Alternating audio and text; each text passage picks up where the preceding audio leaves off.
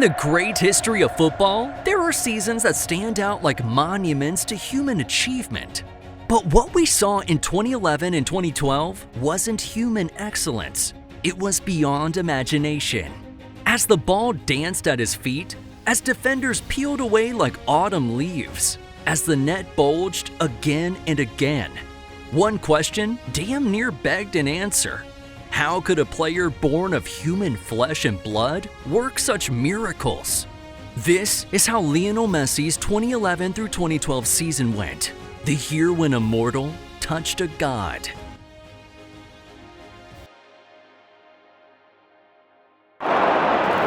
Still in there for Barcelona. Messi!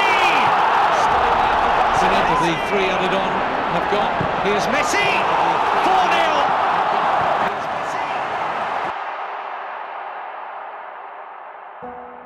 In the humble neighborhoods of Rosario, Argentina, a boy was born in June 1987 to Jorge and Celia Messi, a family so poor that sometimes even putting food on the table was a struggle. The youngest of three brothers, with a younger sister Maria, little Leo was born into hardship, but also into a nation where football wasn't just a sport, it was their religion. His grandmother Cecilia saw something in him that others didn't. A spark, a gift. She pleaded with the coach to put young Leo in when the local team was 1-0 down at halftime. And what happened next became the stuff of neighborhood legend. His small body weaved between rival players twice his height, and his left foot already displayed the magic touch that one day would captivate the world. Grandma Cecilia was his champion. She even persuaded his parents to scrape together the cash for a proper pair of boots. But as Messi's star began to ascend, tragedy intervened. Cecilia died when Leo was only 11. The boy who played for joy now played for purpose, for the woman who believed in him first. But fate wasn't finished testing the young prodigy. Doctors initially delivered gut-punching news at age 13. Messi had a growth hormone deficiency, and without costly treatment, his dreams would die before they had a chance to blossom. The injections were incredibly expensive, money that the Messi family just didn't have. A number of clubs expressed interest in the young phenomenon, only to shy away once the nature of his condition was disclosed. All except one, FC Barcelona.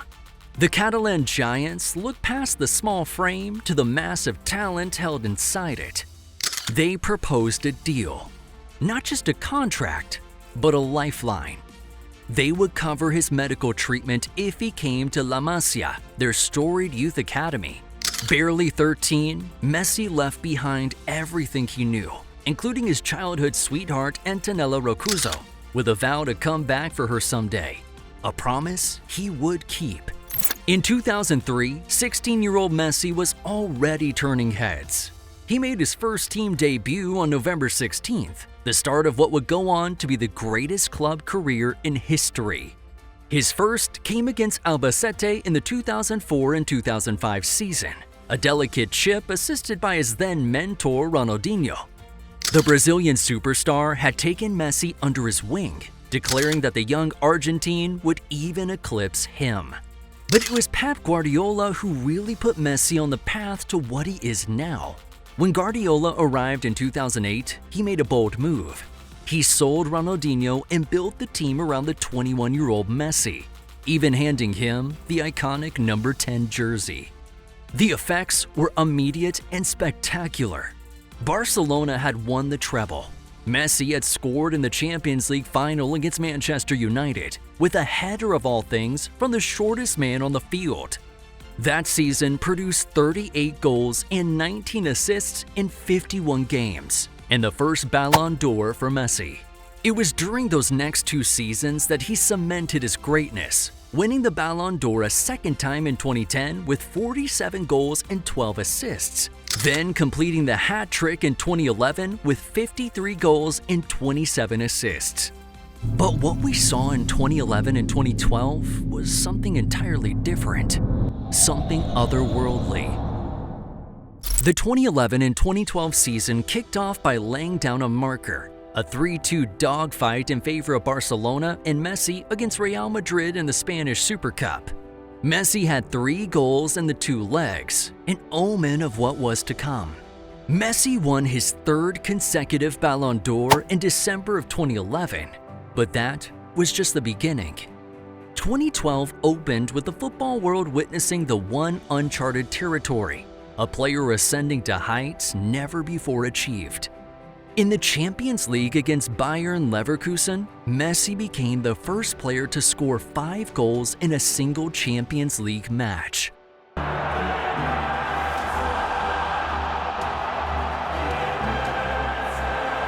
Five goals in one game against a German team with stunning views at every turn.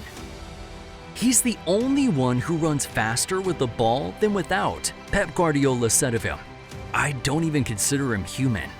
As his teammate Gerard Piqué put it, he's an alien. I'm convinced he's not from this planet. The numbers were absurd. 73 goals and 28 assists in only 60 games. Just let that sink in.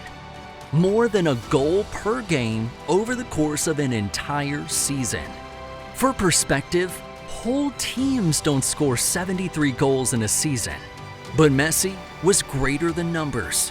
It was also how he played, with joy, with creativity, with this almost childlike love of the game. He wasn't merely better than everyone else. He was simply playing a different game. In March 2012 came what would be his defining moment, a 4-goal masterclass against Valencia, each showcasing a different aspect of his genius. First, a free kick curled into the top corner with laser accuracy. Then, a mazy dribble that left 5 defenders in his wake.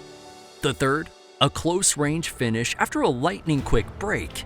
And finally, a cheeky chip over the keeper from an impossible angle. Messi had been great before. He would be great after. But right now, at this moment, in this season, we weren't witnessing greatness. We were witnessing perfection. But what made Messi special in 2011 through 2012 wasn't just his quasi-supernatural ability. It was that he made everyone around him better. This was not just one Leo Messi, but a whole symphony, with Messi both as conductor and lead violinist. Guardiola's tiki-taka system at Barcelona provided the perfect breeding ground for Messi. Xavi and Iniesta, both in his own way a maestro, established the rhythm and tempo. Messi used the rojiblancos' understanding of space and time against them. On the right flank, Dani Alves had developed an almost telepathic understanding of when to step beyond Messi and when to stay wide. Their partnership produced dozens of goals and multitudes of breathtaking moments. Even players like Pedro and Alexis Sanchez flourished as they made intelligent runs into space that allowed Messi to find room to operate. This wasn't just a team built around a superstar. This was a superstar who improved his team. As former Real Madrid boss Jose Mourinho put it, Messi is the god of football. Barcelona have created the ideal context for him, but even God needs assistance to work miracles. By May 2012, Messi had broken every record imaginable. 50 La Liga goals in one season, surpassing Cristiano Ronaldo's mark from the year previous. He scored 73 goals in all competitions, a record in European football. But the most astonishing achievement was in December 2012, when Messi broke Gerd Muller's 40-year-old record for most goals in a calendar year. Müller had netted 85 times back in 1972, a figure thought unassailable, and Messi finished 2012 with 91. Follow now and subscribe to our channel for more incredible football stories like this one. When asked for his response to the awards, Messi was typically humble. I couldn't do any of this without my teammates. Football is a team sport. But his rivals and his peers were a bit more unabashed in praise. His greatest rival, Cristiano Ronaldo, has conceded in the past, Messi has brought football to another level. What he's doing is awesome. Messi does things that no one else can do, said Zinedine Zidane, himself a legend of the game. Not me, not anyone. He's from another planet. Even Diego Maradona, Argentina's football god, gave in. Messi is better than me. Messi was 24 at his physical peak, buoyed by the confidence of 3 Ballon d'Ors and the freedom afforded him by a manager who knew his genius. Barcelona's system had hit its peak, a finely tuned machine of possession and pressure. The outcome wasn't mere dominance, it was art. True, Barcelona didn't win the Champions League or La Liga that season. Real Madrid's valiant 100-point campaign deprived them of the league, and Chelsea's defensive masterclass knocked them out of Europe. But in the broader fabric of football history, those footnotes are largely irrelevant. What remains are memories of Messi unburdened, dribbling past hapless defenders, finishing with impossible accuracy and threading passes no one else could see. That scrawny boy from Rosario, previously dismissed as too small, too fragile for professional football, had grown into the greatest player the world had ever known. Over the years, Messi went on to win more trophies, score more goals, and collect more Ballon d'Ors. He would eventually keep his promise to Antonella, marrying her and starting a family. He would even finally taste glory with Argentina, winning the Copa America and then the World Cup. But nothing could rival that magical 2011 and 2012 season, the year Lionel Messi wasn't human. They say all men are equal in God's eyes, but for those 12 months, we witnessed something that made us question those words, something that blurred the line between the possible and impossible.